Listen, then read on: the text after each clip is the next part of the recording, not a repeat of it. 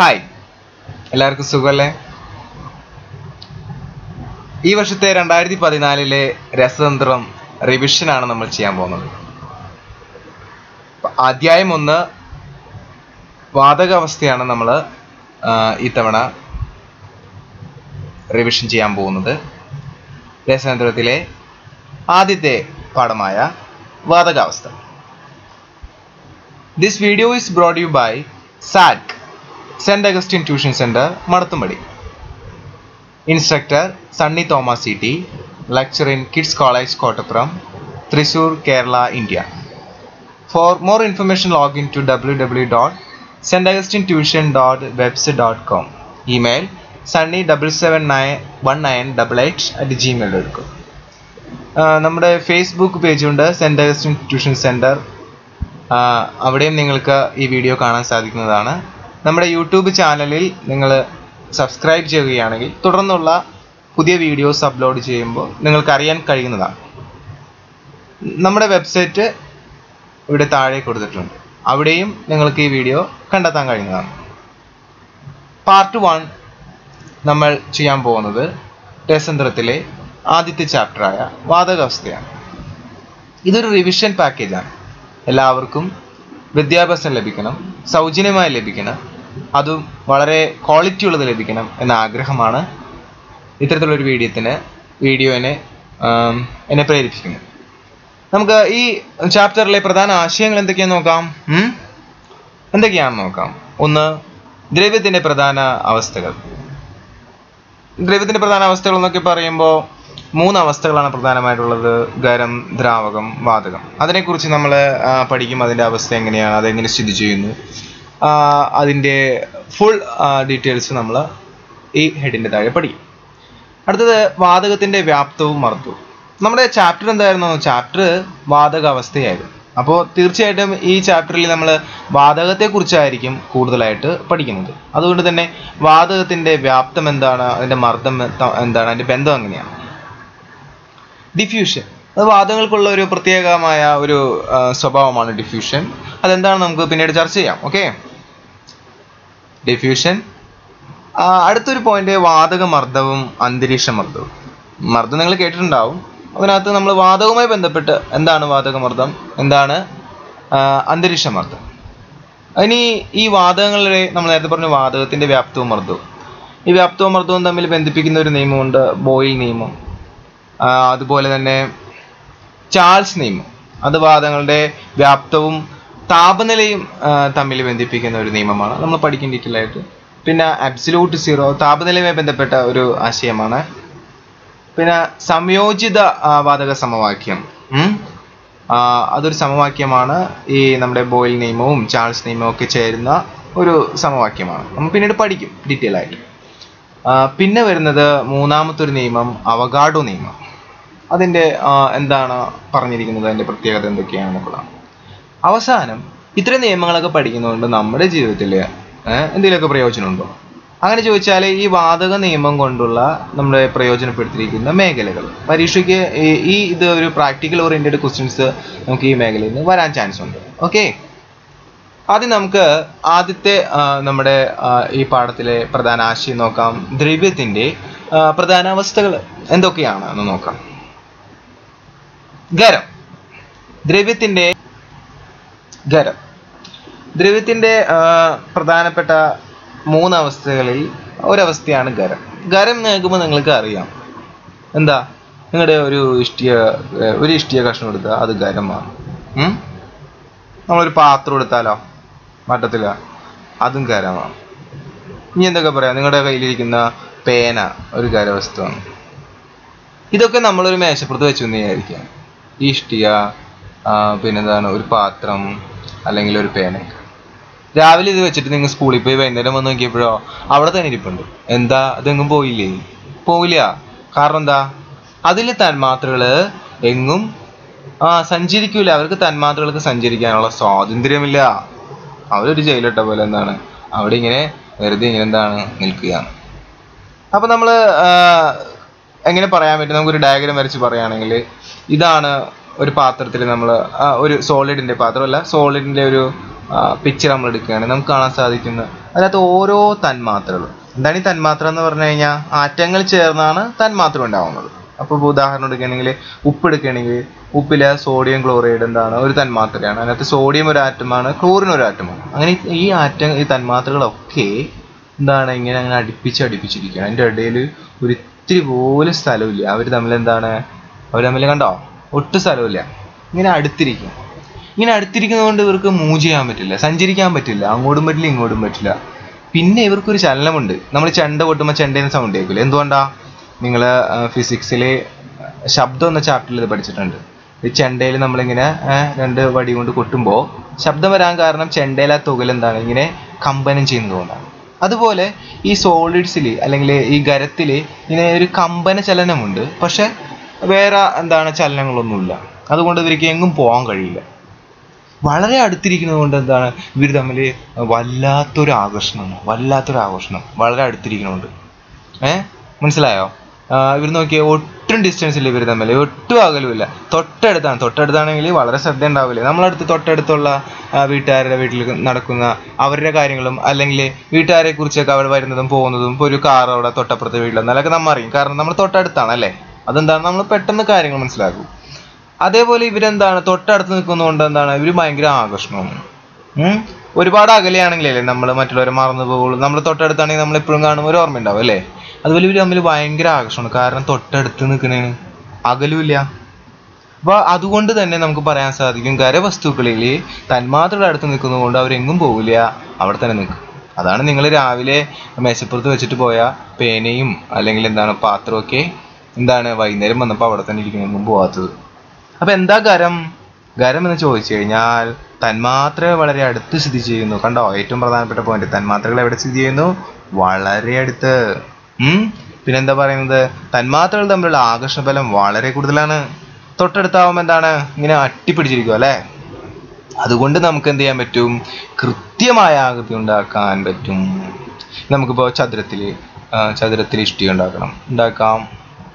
അല്ലെങ്കിൽ നമുക്കൊരു ഐസും വെള്ളം ഫ്രിഡ്ജിൽ വെച്ച് ഐസാക്കണം, ഈ രൂപത്തിലാക്കണം, നമുക്കാക്കാം. അങ്ങനെ നമുക്ക് ഇഷ്ടമുള്ള ഷേപ്പിൽ ഏത് രൂപത്തിൽ വേണമെങ്കിലും നമുക്ക് എന്ത് ചെയ്യാം?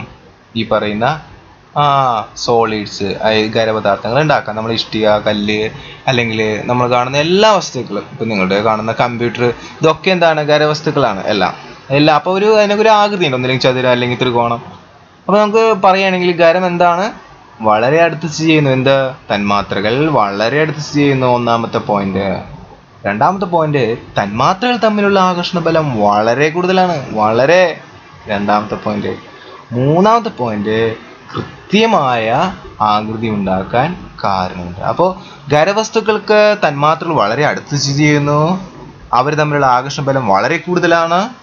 അവർക്ക് ഒരു പ്രത്യേക ആകൃതിയുണ്ട് അല്ലെങ്കിൽ കൃത്യമായ ഷേപ്പ് ഉണ്ട് എന്ന് നമുക്ക് പറയാൻ സാധിക്കും. ഓക്കെ, ഖരവസ്തു മനസ്സിലായില്ലേ? ദ്രവ്യത്തിൻ്റെ ഒന്നാമത്തെ അവസ്ഥയാണ് ഖരവസ്തു. എന്താണ് ഈ ദ്രവ്യം?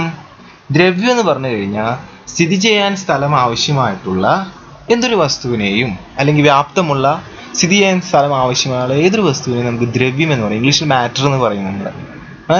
ഇപ്പോൾ എന്തെടുത്തു കഴിഞ്ഞാൽ, ഇപ്പോൾ വെള്ളം എടുത്തു കഴിഞ്ഞാൽ വെള്ളത്തിന് സ്ഥിതി ചെയ്യാൻ സ്ഥലം ആവശ്യമാണ്. അപ്പോൾ അങ്ങനെ എന്തിനേയും നമുക്കെന്ന് പറയാം? മാറ്റർ എന്ന് പറയാം, ദ്രവ്യം എന്ന് പറയാം. അപ്പോൾ അത് സാധാരണ ദ്രവ്യം കാണപ്പെടുന്ന 3 അവസ്ഥകളിൽ ഒരവസ്ഥയാണ് ഖരാവസ്ഥ. മനസ്സിലായോ? മനസ്സിലായെന്ന് വിചാരിക്കുന്നു. അടുത്തിലേക്ക് പോവാം. ദ്രാവകാവസ്ഥ. ദ്രവ്യത്തിന്റെ രണ്ടാമത്തെ അവസ്ഥയാണ് ദ്രാവകാവസ്ഥ. ഓക്കെ, ദ്രാവകം നിങ്ങൾ കണ്ടോ? നിങ്ങളുടെ വീട്ടിൽ രാവിലെ അമ്മിച്ച് എഴുന്നേറ്റിട്ട് കട്ടൻ ചായ ഇട്ട് മോനേടാ എഴുന്നേക്കടാ ചായ കുടിക്കിടാന്ന് പറഞ്ഞിട്ട് അല്ലേ? ഈ ചായയുടെ അവസ്ഥ എന്താ? അത് ദ്രാവകാവസ്ഥയിലാണ്, ലിക്വിഡ് സ്റ്റേറ്റ് ആണ്. നിങ്ങൾ ഈ ചായ ഇങ്ങനെ ഒരു മേശപ്പുറത്ത് വെച്ചിട്ട് നിങ്ങൾ എന്ത് ചെയ്തു? നിങ്ങൾ ഒന്ന് ബാത്റൂമിൽ പോയിട്ട് വരാമെന്ന് പറഞ്ഞുകൊണ്ട് പോയി. അപ്പോൾ നിങ്ങളുടെ വീട്ടിലെ നമ്മുടെ കണ്ടം പൂച്ച വന്നിട്ട് എന്ത് ചെയ്തെന്നറിയാമോ? പുള്ളിക്കാരൻ ഉറക്കത്തിൻ്റെ ക്ഷീണം ഉള്ളതുകൊണ്ട് വന്ന് ഈ മേശമ്മ കയറിയപ്പോൾ എന്ത് സംഭവിച്ചു? ചായ ഒറ്റത്തട്ട് ബ്ലും, ചായ നിലത്തേക്ക് വീണു. ഗ്ലാസ്സിൽ നിന്ന് എന്താണ് ചായ ഇങ്ങനെ ഒഴുകാൻ തുടങ്ങും അല്ലേ? ചായ ഇങ്ങനെ ഗ്ലിഗിളില്ല എന്ന് പറയുന്നത് എന്താണ്? ഗ്ലിഗിളില്ല ഗ്ലിഗിളില്ല എന്ന് പറയുന്നത് എന്താണ്? താഴോട്ട് ഒഴുകി. അപ്പോഴാണ് നിങ്ങൾ ബാത്റൂമിൽ നിന്ന് വരുന്നത്. നിങ്ങൾക്ക് ഇത് കണ്ടപ്പോഴെന്താണ്? അയ്യോ, നിങ്ങൾക്ക് സങ്കടമായി. ഷോ, നിങ്ങൾ എന്താണ് പൂച്ചനെ ഓടിച്ചു അല്ലേ? അപ്പോൾ നിങ്ങൾ നോക്കുമ്പോൾ എന്താണ് ഈ ചായ ഇവിടെ നിന്ന് എന്താണ് ഒഴുകി ഇങ്ങനെ പോകുന്നത് കാണാം. നേരത്തെ പോലെ എന്താണ്, നേരത്തെ നമ്മൾ മേശപ്പുറത്ത് വെച്ചിട്ട് പോയാൽ കത്തിയും അല്ലെങ്കിൽ പേനയൊക്കെ എന്താണെങ്കിൽ നിലത്ത് വീണാൽ അവിടെ കിടക്കും, അത് ഒഴുകി എങ്ങും പോവില്ല. പക്ഷെ ഇത് അങ്ങനെയല്ല, ഇത് ഒഴുകി അവിടെ അങ്ങനെ എന്താണ് പരന്നു. അപ്പം നമുക്ക് ഇപ്പം ഇതിൻ്റെ ഷേപ്പ് നോക്കിയേ, ഇതേ ഈ ഷേപ്പാണ്, കണ്ടോ? ഇതിൻ്റെ ആകൃതി കണ്ടോ? അപ്പം പ്രത്യേക ആകൃതി ഉണ്ടോ? ഇല്ല. നേരത്തെ ഇതിനകത്ത് വെച്ചിരുന്നപ്പോഴോ ഈ ഗ്ലാസിൻ്റെ ആകൃതിയായിരുന്നു. അപ്പം ദ്രാവകങ്ങൾക്കുള്ള ഒരു പ്രത്യേകത, അവർക്ക് പ്രത്യേക ആകൃതി ഇല്ല. പിന്നെ അവർ ഒഴുകും, കണ്ടോ? അതിങ്ങനെ ഒഴുകി പോണ കണ്ടോ? ആകെ കൊള്ളായാലും ഇവിടെ അവരെന്താണ് ഇങ്ങനെ ഒഴുകി പോകും. അങ്ങനെ ഒഴുകി പോകണമെങ്കിൽ എന്താണ്, ഒരാൾ ഒഴുകി പോകണമെങ്കിൽ മറ്റൊരാളെ വിട്ടിട്ട് പോകണ്ടേ, എന്നാലല്ലേ ഒഴുകി ഇങ്ങനെ പോകാൻ പറ്റുള്ളൂ. അപ്പോൾ ഇവർ തമ്മിൽ ഒരു ഉണ്ടാവും, കുറച്ച് സ്ഥലം ഉണ്ടാവും, ഇവർ തമ്മിൽ കുറച്ച് ഒരു ഡിസ്റ്റൻസ്, ഒരു ഗ്യാപ്പ്, ഒരു അകലമുണ്ട് ഇവർ തമ്മിൽ. അപ്പോൾ നമുക്ക് എങ്ങനെ പറയാം?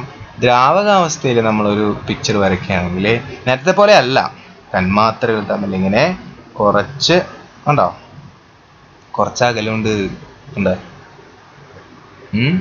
കണ്ടോ? നോക്കിയേ, അകലമുണ്ട്. ഞാൻ ഇയാൾ എടുക്കണം കേട്ടാ, ഈ തന്മാത്ര എടുക്കണം. ഇവൻ എടുത്തു കഴിഞ്ഞാൽ ഇവനാ ഇപ്പുറത്ത് നിൽക്കുന്ന തന്മാത്ര ഉണ്ടോ, ഇവനെ അട്രാക്ട് ചെയ്യും, ഒറ്റ വലി ഇടത്തോട്ട്. ഇയാളും എന്ത് ചെയ്യും? അട്രാക്ട് ചെയ്യും, ഒറ്റ വലി വലത്തോട്ട്. ഇവൻ അട്രാക്ട് ചെയ്യും, ഇപ്പുറത്ത് നിൽക്കുന്ന ആൾ അട്രാക്ട് ചെയ്യും. ഇനി ഇവിടെ ഒരാളുണ്ടെങ്കിൽ അയാളും അട്രാക്ട് ചെയ്തോട്ടെ, പക്ഷേ ഇങ്ങോട്ട് മാത്രം ആരുമില്ല. അപ്പോൾ നമുക്ക് മനസ്സിലാക്കാൻ സാധിക്കുന്ന ഒരു കാര്യം എന്താണ്? ദ്രാവകത്തിലെ തന്മാത്രകൾ പരസ്പരം ആകർഷിക്കുന്നുണ്ട്, പക്ഷേ എന്തില്ല? മുകളിലേക്കില്ല ആകർഷണം. എന്താണ്? സൈഡിലേക്കും വശങ്ങളിലേക്കും താഴേക്കും മാത്രം.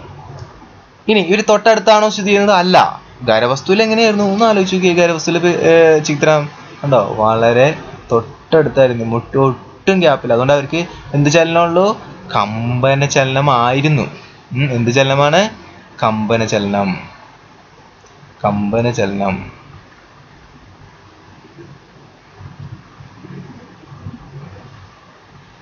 കമ്പന ചലനം. പക്ഷെ ഇവിടെ നോക്കുമ്പോൾ ഓക്കെ, ഇവർക്കും എന്തുണ്ട്? കമ്പന ചലനം ഇവർക്കും ഉണ്ട്. കൂടാതെ ഇവർക്ക് വേറൊരു ചലനം കൂടി ഉണ്ട്. എന്താന്ന് പറയാമോ? ഇവര് നമ്മളിപ്പോൾ ഭൂമി ചുറ്റും കറങ്ങൂല, ഇങ്ങനെ വട്ടം കറങ്ങൂലേ ഭൂമി, അതേപോലെ ഇവരും എന്ത് ചെയ്യുന്നുണ്ട്? ഇങ്ങനെ ഇങ്ങനെ കറങ്ങുന്നുണ്ട്. കണ്ടോ? ഓരോ തന്മാത്ര, ഒരു ബോളാണെന്ന് വിചാരിക്കുക. ബോൾ നമ്മൾ ക്രിക്കറ്റുകാർ ബോൾ എറിയുമ്പോൾ എന്താണ്? ബോൾ ഇങ്ങോട്ട് പോകുന്നുണ്ട്, ഒപ്പം എന്ത് ചെയ്യുന്നുണ്ട്? കറങ്ങുകയും ചെയ്യൂല ഇങ്ങനെ.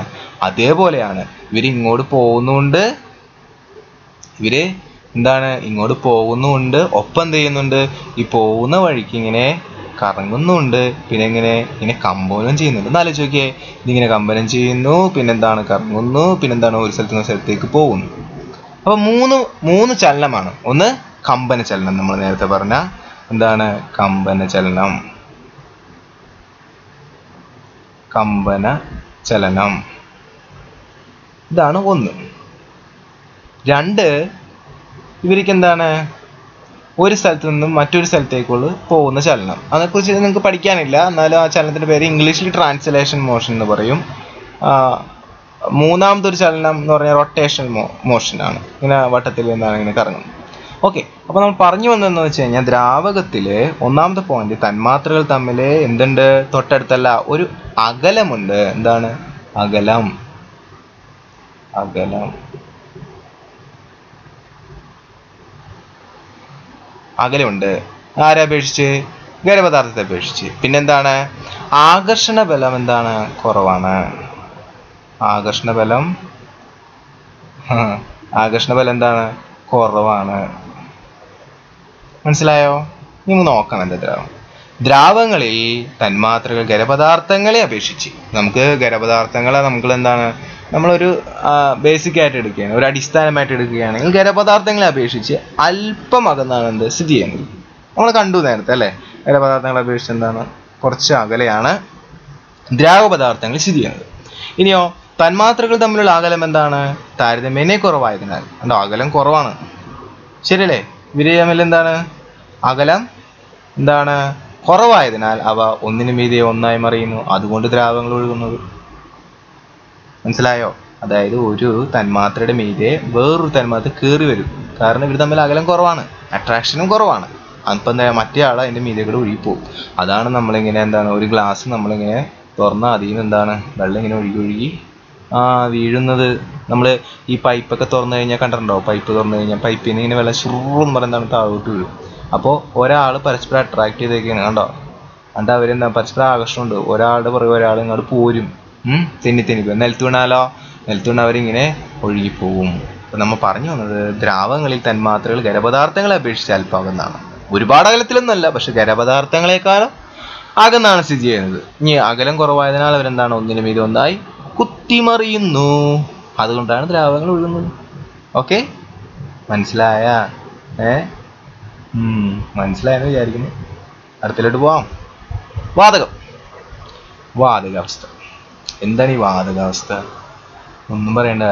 നിങ്ങൾ വീട്ടിൽ ഒരു ദിവസം സ്കൂൾ വിട്ട് വീട്ടിലേക്ക് ചെന്നേക്കാണ് വൈകുന്നേരം. ഇങ്ങനെ വൈകുന്നേരം ചെന്നിട്ട് ഇതാണ് നിങ്ങളുടെ വീട് വിചാരിക്കേ.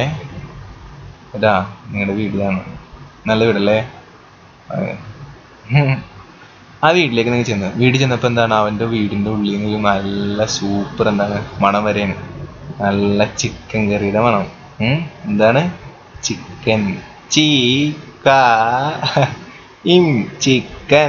ചിക്കൻ കറിയുടെ മണം. നിങ്ങൾക്ക് മനസ്സിലാവില്ല ചിക്കൻ കറിയുടെ മണം? എങ്ങനെ മനസ്സിലായി? നിങ്ങൾ കണ്ട ചിക്കൻ കറി വെച്ചേക്കണതല്ലോ, പിന്നെ എങ്ങനെ മനസ്സിലായി? ഇവിടെ ഒരു അടുക്കളയുണ്ടേ. അടുക്കളയിൽ നിന്ന് ഇങ്ങനെ ചിക്കൻ്റെ മണം ഇങ്ങനെ ഈ ജനലിൽ കൂടി ഇങ്ങനെ എന്താണ് നിങ്ങളുടെ എവിടെ എത്തി? മൂക്കിലെത്തി. നല്ല മണം അല്ലേ? ശരിയല്ലേ? ഇനി നിങ്ങൾ അടുക്കളയിൽ പുറത്ത് നോക്കി എന്താണ് ഒരു കുറേ പുക ഇങ്ങനെ പോകണതാണ്. ഇനി പുകടപ്പാണെങ്കിൽ കേട്ടാ, പിന്നെ പുഴയിൽ വെച്ചിട്ടുണ്ടെങ്കിൽ പുക പോകണതാണ്. ഈ കാണുന്നതൊക്കെ എന്തുട്ടാ? നിങ്ങൾ ഈ കാണുന്നതൊക്കെ അതൊക്കെ വാതകാവസ്ഥയിലാണ്. മനസ്സിലായോ? അവിടെ നിന്ന് വരുന്ന ചിക്കൻ്റെ തിളച്ച വെള്ളം എന്താണ് നീരാവിയായിട്ടാണ് ഇതിൽ കലർന്ന് ഇങ്ങനെ വരുന്നത്. അപ്പം ആ നീരാവി എന്നൊക്കെ നമ്മൾ പറയില്ലേ, അതെന്താ അവസ്ഥയിലാണ്? വാതകാവസ്ഥയിലാണ്. ഇപ്പം നമുക്ക് കുറച്ച് വെള്ളം എടുത്തു കഴിഞ്ഞാൽ വെള്ളത്തിനെ നമുക്ക് എന്ത് ചെയ്യാം? ഫ്രിഡ്ജിൽ വെച്ച് തണുപ്പിച്ച് എന്താവും? അത് ഐസാവും. അതപ്പം എങ്ങനെ ഇരിക്കും? നല്ല കട്ട പോലെ ഇരിക്കും. ഇതെന്താ അവസ്ഥയാണ്? ഇതാണ് ഖരാവസ്ഥ. ഓക്കെ, ഇനി നമ്മളതൊന്ന് ഉരുക്കി കഴിഞ്ഞാൽ, അല്ലെങ്കിൽ നമ്മൾ എടുത്ത വെള്ളം ഒരു ഗ്ലാസ്സിലാണ് നമ്മൾ എടുത്തതെന്ന് വിചാരിക്കും. ആ ഗ്ലാസ്സിലെ വെള്ളത്തിന് എന്താണ്? ദ്രാവകാവസ്ഥ. എന്താണ്? ദ്രാവകം. ഇനി ഈ വെള്ളം തിളപ്പിച്ചാലോ? അടപ്പത്ത് വെച്ചിട്ട് ഞാൻ തിളപ്പിച്ച് കഴിഞ്ഞ് കുറച്ച് നേരം കഴിഞ്ഞിട്ട് എന്താണ്, ഞാൻ ഉറങ്ങി വന്ന് നോക്കിക്കഴിഞ്ഞപ്പോൾ ഈ വെള്ളം മുഴുവൻ എന്താണ്? ആവിയായിപ്പോയി. ഒറ്റ വെള്ളവും ഇല്ല ഇനി ഗ്ലാസ്സിൽ. എന്താ കാരണം? ഗ്ലാസ്സിലെല്ലാം അടപ്പത്ത് വെച്ച് തിളപ്പിച്ചപ്പോൾ എങ്ങനെയായിപ്പോയി? നീരാവിയായിപ്പോയി, ഗ്യാസായിപ്പോയി. അപ്പം നീരാവിയാണെങ്കിൽ അത് മുകളിലേക്ക് പോകുമെന്ന് നിങ്ങൾക്കറിയാലോ അല്ലേ? പക്ഷെ ദ്രാവകത്തിൽ നമ്മൾ നേരത്തെ പഠിച്ചു എന്താ? ദ്രാവകത്തിലെ തന്മാത്രകൾ എന്താണ്? ഒരിക്കലും മുകളിലേക്ക് പോകുന്നില്ല. മനസ്സിലായോ? ശരിയല്ലേ? അപ്പോൾ വാതകത്തിലോ? വാതകത്തിൻ്റെ പടം ഞാൻ വരയ്ക്കുമ്പോഴേ ഇങ്ങനെ തുറന്നു വെക്കില്ല, അടച്ചു വെക്കും. കാരണം ഇവിടെ തന്മാത്രകൾ എന്താണ്? മുകളിലേക്ക് പോവും.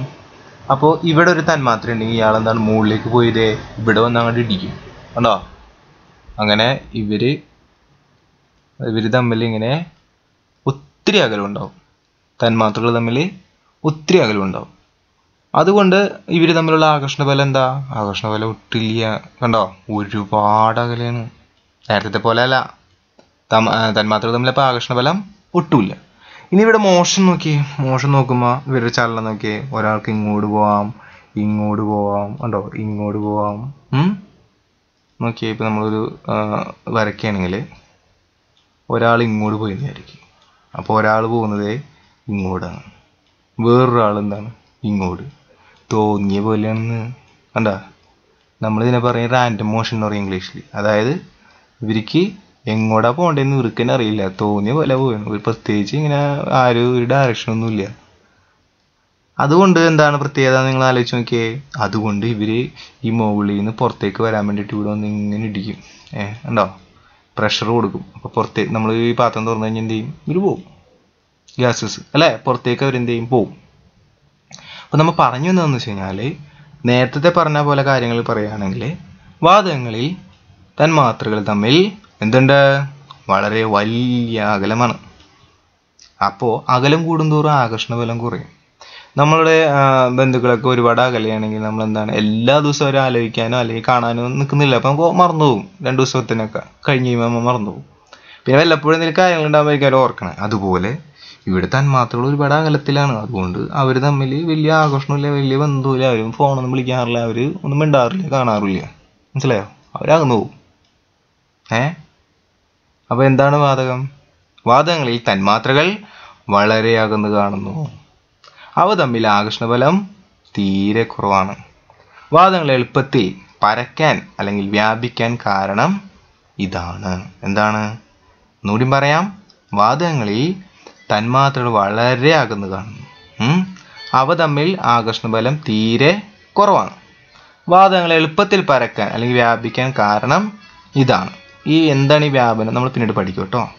ഓക്കെ, മനസ്സിലായോ? നമുക്ക് നോക്കാം. എന്താണ് ഖരം, എന്താണ് ദ്രാവകം, എന്താണ് വാതകം. ഇപ്പം നമ്മൾ 3 അവസ്ഥകൾ പഠിച്ചു: ഖരം, ദ്രാവകം, വാതകം. പദാർത്ഥത്തിലെ തന്മാത്രകൾ തമ്മിലുള്ള അകലവും ആകർഷണ ബലവും വ്യത്യസ്തമാണ്. കണ്ടോ?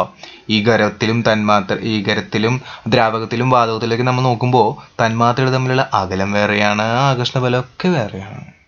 എന്താണ് പറഞ്ഞത്? അകലവും ആകർഷണ ബലവും വ്യത്യസ്തമാണ്.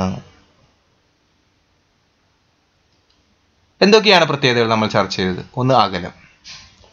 ഖരവസ്തുക്കളിൽ അകലം കുറവാണ്. ദ്രാവകത്തിലോ ഖരപദാർത്ഥത്തിനേക്കാളും കൂടുതലാണ്. വാതകത്തിലോ വളരെ കൂടുതലാണ്. ആകർഷണബലം ഖരപദാർത്ഥത്തിൽ എന്താണ്? കൂടുതലാണ്. ദ്രാവകത്തിലോ ഖരപദാർത്ഥത്തിനേക്കാളും കുറവാണ്. വാതകത്തിലോ വളരെ കുറവാണ്.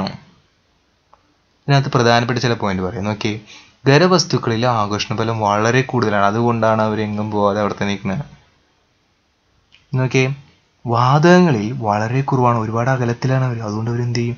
ഇങ്ങനെ സഞ്ചരിക്കുമ്പോൾ ചന്ദനത്തിരി കത്തിച്ച് വെച്ചാലും അതിൻ്റെ മണവും വാതകത്തിൽ ചേർന്ന് ഇങ്ങനെ പോയിക്കൊണ്ടിരിക്കും. ഇപ്പോൾ കോഴിക്കറി വെച്ചാലും അതിൻ്റെ മണവും വായുവിൽ കലർന്നിട്ട് എന്ത് ചെയ്യും? ഇങ്ങനെ പോയിക്കൊണ്ടിരിക്കും. എന്താണ് കാരണം? ഒരുപാട് അകലത്തിലാണ് തന്മാത്രകൾ. അപ്പം എന്ത് ചെയ്യും? ഇതിൻ്റെ ഇടയിലേക്ക് മനസ്സിലായ? ഇനിയും കുറെ കാര്യങ്ങൾ പറയാനുണ്ട്. നമുക്ക് അടുത്തത് പഠിക്കാനുള്ളത് അടുത്ത പോയിന്റാണ് ബാഷ്പീകരണവും സാന്ദ്രീകരണവും. അതായത് നമ്മളിങ്ങനെ ഒരു ഗ്ലാസ് നിങ്ങളിങ്ങനെ മേശപ്പുറത്ത് വെച്ചിട്ട് ഒരു പേപ്പർ കൊണ്ട് ഇങ്ങനെ അടച്ചു വെച്ചിട്ട് നിങ്ങൾ സ്കൂളിൽ പോയി തിരിച്ചു വന്നിട്ട് പേപ്പർ ഇങ്ങനെ പൊക്കി നോക്കിയപ്പോ ആ പേപ്പറും എന്താണ്, ആ ഗ്ലാസ് ഇരുന്ന അത്രയും പാടത്ത് എന്താണ്, കുറച്ച് വെള്ളം. ദ്രാവകങ്ങളിൽ തന്മാത്രകൾ മുകളിലേക്ക് പോകില്ലല്ലോ, പിന്നെ എങ്ങനെ ഇവിടെ വെള്ളം വന്നു? അതറിയണ്ടേ? അതാണ് ബാഷ്പീകരണം. അടുത്ത വീഡിയോ, അതായത് പാർട്ട് 2-ൽ നമുക്കതിനെക്കുറിച്ച് പഠിക്കാം കേട്ടോ. അപ്പോൾ നിങ്ങൾ തീർച്ചയായിട്ടും പാർട്ട് 2 കാണുക. Thank you. Okay, thank you once again. Please give your comments, like, share. YouTube ചാനലിൽ പോയി ഈ വീഡിയോ കാണുക. അതിനുശേഷം അവിടെ നിങ്ങൾ ലൈക്ക് ചെയ്യുക. ഓക്കെ. സാറ്റ്, Saint Augustine tuition centre, free tuition, Saint Augustine tuition centre Madathumpady. Success begin with us. എന്താണ്? Success begin with us. Director Sunny Thomas city. Okay, thank you once again. Please watch part 2, ബാഷ്പീകരണം. Okay.